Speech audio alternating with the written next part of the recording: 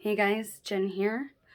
Please forgive me if I end up looking in the wrong direction. I'm not used to doing videos from this angle, but I wanted to see how it worked out because, people complain. So I want to be at least learning new things and showing that I am teachable and coachable. So we're going to go back to the beginning of my testimony when God started waking me up.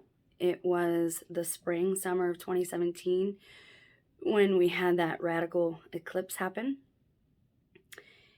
And let me preface this by saying that I did not recall all of this information at one time.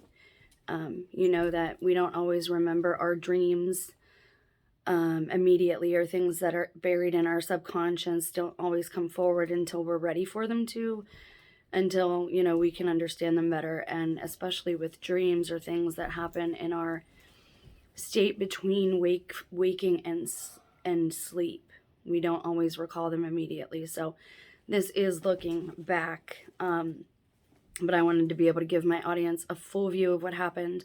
Why am I telling my story? It's a cautionary tale. I promised that I would. I promised God, and I believe that it can help people. I don't really do this for monetization purposes. They will probably never monetize a channel like this. I will say that the views represented on this channel and in all of my videos, they do not represent the views or perspectives of other creators of the YouTube platform or the Google platform itself. They are my opinions and perspectives. I do not consent to anyone clipping my video, using the information, using my image or my voice, unless it be the Most High God, because I believe He will use my testimony to help others. I didn't make a deal with God. It is just my hope that God would use it to help others. When I first started coming back to God and first got baptized, the weekend I got baptized, CERN received a message, and that message was one word, and it was tekel. Tekel, in short, translated means judgment, or you have been judged. In the fuller understanding of the Hebrew version of that word, it means that you have been judged and found lacking. Now, who was that talking to? Was it talking to all of humanity? The men and women at CERN itself? I have an idea of who it was speaking to or what it was speaking to, but we'll get into that a little later. I want to tell you about a series of dreams that I had.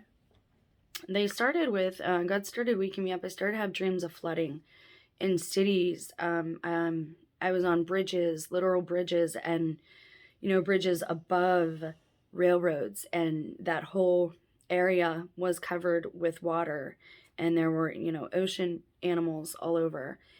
And it was in cities that were further inland. Okay, and that's how this started. And then we had all of that flooding that happened down in Texas and some on the East Coast. And I believe this is, God waking me up saying, pay attention, I have a message for you type of thing. You're in danger, your soul's in danger, because while I've always believed, I've always talked to God, there have been moments in my life when I've went against my entire belief system, against my nature, my personality, and I've done things that I've hurt myself and have had the power to hurt others if they love me. And obviously, like other people, I regret those immensely. And so this is also part of my atonement and trying to just do my part and to let people know, hey, things aren't as they seem. And if you listen and pay attention to what is not being said, if you start learning a little bit of Latin on your own, you will see that things are being highly misrepresented in the media. And let me also state that persecution in the end days is said to come to the good people, God's people. What is good shall be called evil, and what is evil shall be called good. One of the worst things you can say about someone is that they are a child harmer. I'm using specific words there to avoid censorship. I hope you know what I mean by that. That is one of the worst things you can say about a person. I don't even know that I believe that exists anymore, and I'll tell you why in another video, so please don't take my words out of context. Just listen. Sometimes it's good to just listen and take things in. Our attention spans are very short, and that has not done any of us any favors. Not us, nor our children, nor our parents. So, first came the flooding. Then, right before the eclipse, I was in my living room. I had pretty much been off of work by this point for a year. My doctor was playing with different medications. I had hurt my back as a nurse aide. I was diagnosed with fibromyalgia, which now I know more about things, and I kind of think my body is reacting to spiritual warfare, as weird as that sounds.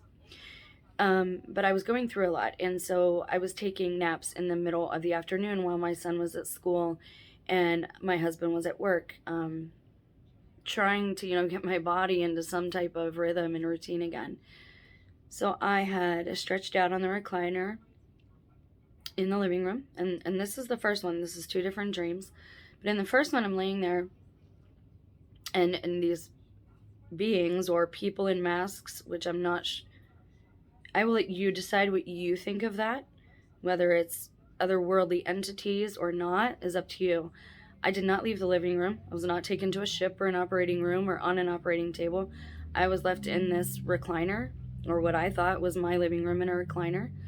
There were a couple of people there, and they injected me with what I believe was like some type of truth serum or something. They were trying to they were asking me questions, and I was very resistant to this, and whatever information they were trying to get didn't work. And I woke up with this feeling that, like, and again, I've always talked to God, and I've learned over the years to be a better listener. And I got this, and I don't hear him orally. I feel and I hear and I understand. I'm brought to like instant understanding, right? When I pray or I talk to God and I listen, it's a heartfelt answer. It's not an oral answer. But I was made to understand that God had put something inside of me. And again, I'm not special. God put something inside of all of us. But God had put something inside of me that was not to be revealed because I was surrounded by adversaries and enemies of the other camp. So the next one was very similar to that. It was 2017 still, and it was I think it was after the eclipse. And the living room had been switched around, so this is also why I know it wasn't jumbled, it wasn't the same dream. It was very similar, though. But this one gets weird. This is where there's, I'm first introduced to spiritual warfare. So I'm laying in this recliner, right, and I settle down to take a nap. I'm going to say something very sensitive here, and there's a reason for it. I'm a biological female. Every month I have a visitor that comes to visit me, and I have to use feminine products for this. Something was inserted as I laid down to take a nap. I had a feminine product inside of my body, okay? I hope you hear me there. I laid down to take a nap, and it was like the same thing. It was almost like smoky, and it's like I lay down to take a nap, and it was like I couldn't move type thing, right? And this has a lot in common with alien abductions, but again, I'm going to let you guys decide what you think it was because I already know what I think, right? And I'm not here to sway anyone. I'm just here to pull the curtain back and let you know that things aren't as they seem and that God is with us and God is not an evil tyrant. God loves his children. But like any parent, we are here to learn lessons, and sometimes those lessons are hard-won lessons, hard-fought lessons. So anyway, I was laying with my arms, on the arms of the recliner. I had a couch recliner, and it was kind of like, I remember it being smoky, and it's like, when I dream, I'm not just in my body dreaming. I could see my eyes were closed, but I could see what was happening. It's like I was watching from outside of my body, but I was also inside of my body. I know that sounds really weird, and I don't know if that's how it was at the time. That's just when I recall it, and I go back, I can see it from both perspectives. I've always dreamt in color. I've always been a lucid dreamer. I've done dream experiments, so I've made my mind very, very strong. And like another channel told me, and I'll never forget this, and I should go resub again and thank him for this. He said, make a refuge of your mind. If you can't escape where you're at physically, make a refuge of your mind. And I thought of Daniel, in the lion's den, and so that's what I've always done. So I'm laying there, and it's kind of smoky, and it's 3 or 4 people come into my door. And they look like bobbleheads, and I say this because I don't know if they were wearing masks or if they were hiding their identity within my dream so that I didn't know who or what they were. That's the best way I can describe it. The one that sat next to me had like nasty, greasy, gray, curly, crimpy, nappy hair, kind of grayish skin, whitish skin, and was thinner. Sat down next to me, lifted my arm, and again, I can't move, but I'm seeing everything that's happening from outside, but also feeling it from, my body. And so this being, and I get the feeling that it was masculine, and these other 2 or 3 were just standing there kind of watching. And those ones, I believe, literally had masks on. And I know what I believe this is, but... So this being picked up my hand, and I was like, oh, your hands are so cold. And I went to pull away. And this being said, that's because I am fallen. And I don't know if the being spoke or not, okay? And that comes back later on in my story about me allegedly meeting a fallen one, or somebody who wanted me to think that they were. And so I was trying to pull my hand away at this point in time, but I couldn't move. And something was inserted again into my hand. But as they were doing this gets so weird, I'm raised up, okay? But so, my body is raised up, and I'm fully back in my body now, experiencing this. And I go through the roof. It's like I'm still in the chair, I'm in this position, and I actually go through the roof. These other beings are left down here. And somehow I go through the roof, right?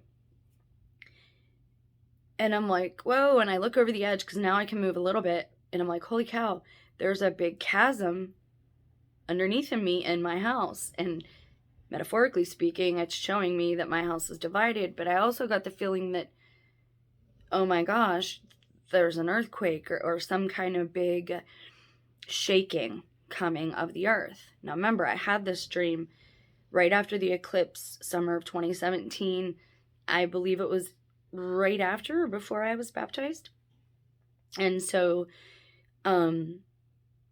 those beings were left down there. I was kind of taken up. I looked down, saw this big like rift in the middle of the house, and the roof was still there. Somehow like I had gone through the roof, and I'm just like, wow, what's happening? And I'm used to my dreams being kind of weird though, so I just went with it. And at this point in time, suddenly it just changes, and I'm like, at this point I am somewhere else. Still reclined, still laying, but I'm with other beings. And I can kind of see what's going on, and it kind of looks like an operating table, but not any that we have here. And it's not, thinking back and looking back, it's not like what people describe alien abductions. Like, I wasn't feeling invaded per se. These beings were either, looking back, I think that it was either they were looking for either whatever seal I had, or they were giving me the seal of God at this point in time. And something happened to where like I was able to not consent, because I think, I don't know how to phrase this properly. I never believed in the rapture. At this point in time, I just started reading the Bible. Being brought up in the Catholic Church, we weren't really taught about that. And they're pretty flexible on eschatology. They don't really tell us what you have to believe. It's very spiritually interpreted by the reader. So they're not too firm on that part of the theology. And so we never learned about the rapture. I didn't even know what it was. But I got the feeling that like they were asking me, like, hey, we're getting you out of there, or something happened. And I was like, no, I have to, I have to be with my family. They'll need me. I gotta be with my children. And, they were like, okay, they respected that. And then suddenly, like, real quickly, I was back in the recliner, and then I woke up, but I didn't remember much of this dream until like bits and pieces started to come to me afterwards. I'm going to end this video because it's going to take a couple hours to upload, even though it's a short video. The screenshot videos upload a lot quicker. That's why I do those. Please watch, because I'm going to try and catch up to the point where I was on the other channel. Now, I deleted 888 videos.